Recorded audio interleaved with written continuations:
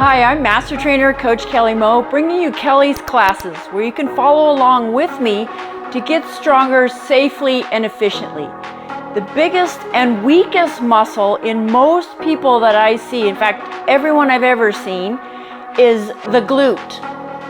The gluteus maximus has several glute medius, glute minimus, but the backside, and it's because we all sit, myself included, and when we sit, that muscle shuts off. So I want to show you how to activate it, make it stronger so you can prevent injury and support your back. It's a big back supporter. So let's start off to see if we just know that it is activating. You can actually feel it. You can hold on to anything just in a hinge position, always bracing the belly, of course. We take one leg back. Can you lift a straight leg and feel back there? It should get nice and perky. So kick that heel up, little tap lift. This is a good warm up. Just remind the brain what it feels like to activate. So the tendency is to flare that toe out. That's a glute cheating or compensating. But look back, see if that toe is facing down, that heel is up. Nothing else is moving. Sometimes the upper body wants to help it. So give it a good squeeze. Feel it engage. This is the move that muscle is designed to create, hip extension.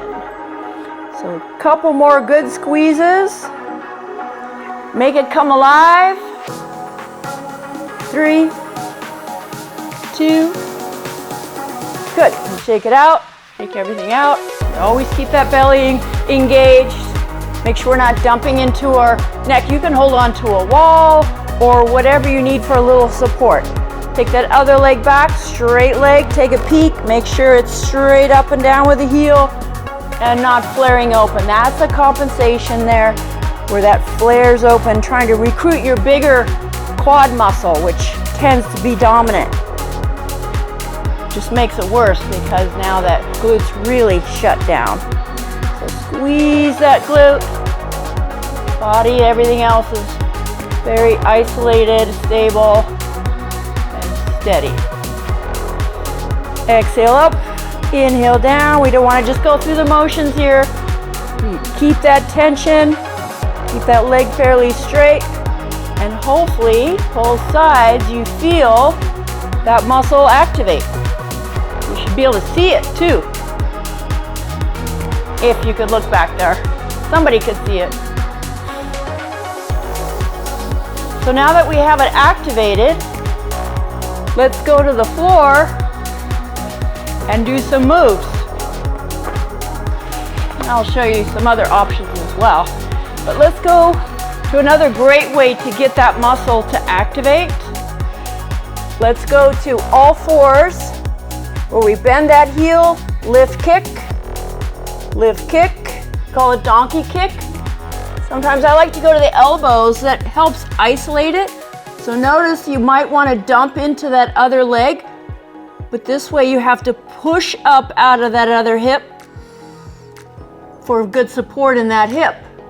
So push that heel up, and if you have lots of toys like I do, you can always add a weight or a ball, because none of our muscles work in isolation. So if we recruit other muscles, they all work together as they're supposed to. So think about that heel going to the ceiling. Again, we don't just kind of flail and just go for it. We want muscle control. That's what we want our moves to do, is be controlled. Squeeze. 2 more.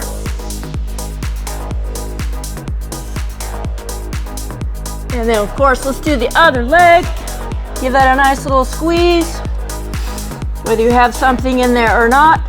Try to keep the hips level. Make sure we don't collapse in the lower back here. Make that core support back there so it's protected. Think about that heel going to the ceiling. Exhale, squeeze. Inhale down. In out through the nose is ideal. Muscle should be coming alive by now.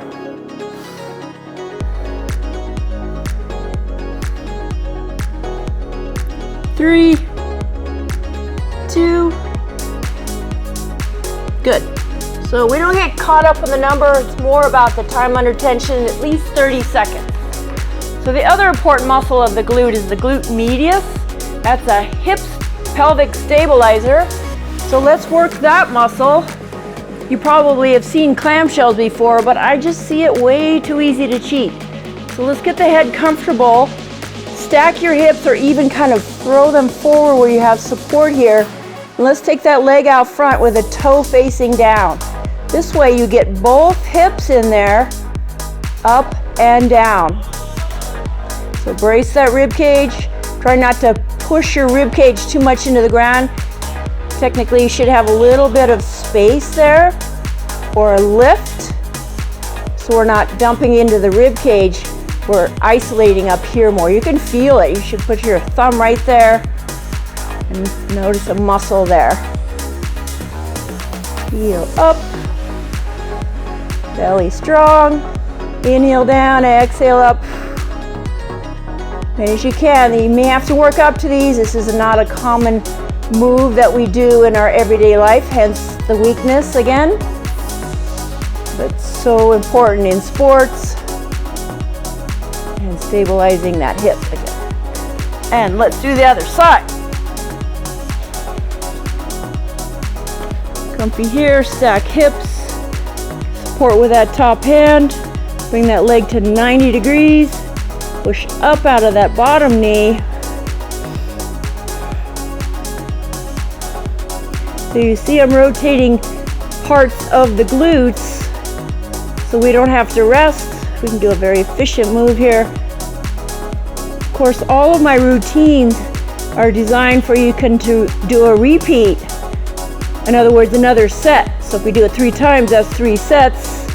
Really fatigue the muscle so we can get stronger. Breathing. 2. Good. Now let's really feel that glute max again. We're on our plank position.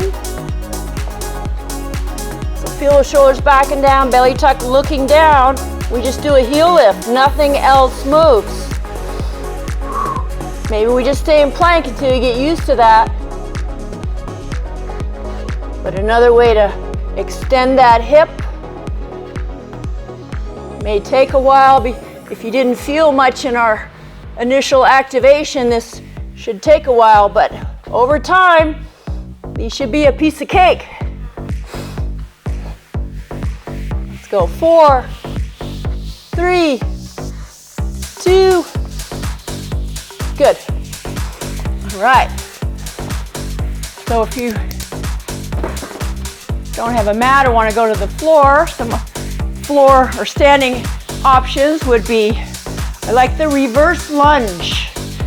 So when we're in a lunge position, we want that tailbone tucked, all 10 toes straight ahead. A lot of ways to do this.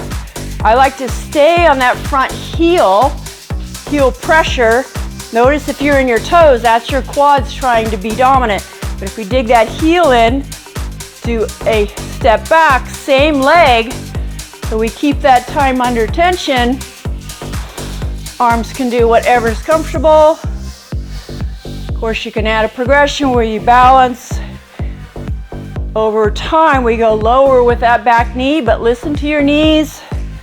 Ease into it. Doesn't take long, or you can start to hold weights. Let's go. 4, 3, 2, drive up. Good. Let's swap legs, same thing. Notice that 90-90 with the knee, pelvis tucked. Sometimes we tend to let go, and that's hard on the back. So keep that pelvic neutral position and just go your pace.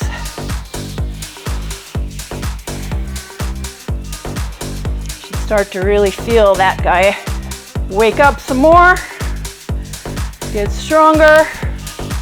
4 more. 4, 3, 2. Good, very functional, efficient move.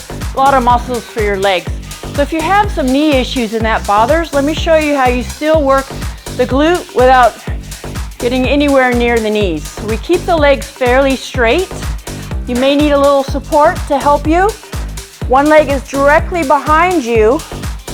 You take that right leg back, and may we start to balance. And may we do that same move similarly, where we take it back and lift. So you can feel all those glute muscles stabilizing. Just notice, take a hand on your hips there. See if they're level. They're gonna wanna maybe flare out. That's your other muscles taking over, the big guys.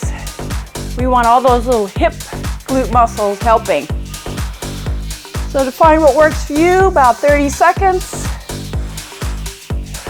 Breathe. Okay to hold on. Maybe just a few fingers, and over time, great for balance. And it helps that hamstring help your glutes. Let's go 5 more seconds. 4, 3, 2, lengthen to that back heel. Work. Same thing other side. Ease into it. Make sure that bottom foot is straight ahead so that whole foot is grounded. You feel under your shoelaces. Check your level hips. That might take some time. It may want to be here for a while, but over time you tuck that hip. Drop the other one. Now you can feel that really strong glute hip area. Important in all sports, pickle, golf, you name it. Breathe, practice. 10, 9, 8, 7, 6, 5, 4, 3, 2, and nice work. We got a lot done there. Very nice. Thank you. The single best thing you can do for anti-aging is strength training. So for more of Kelly's classes where you can follow along and get strong, go to CoachKellyMo.com.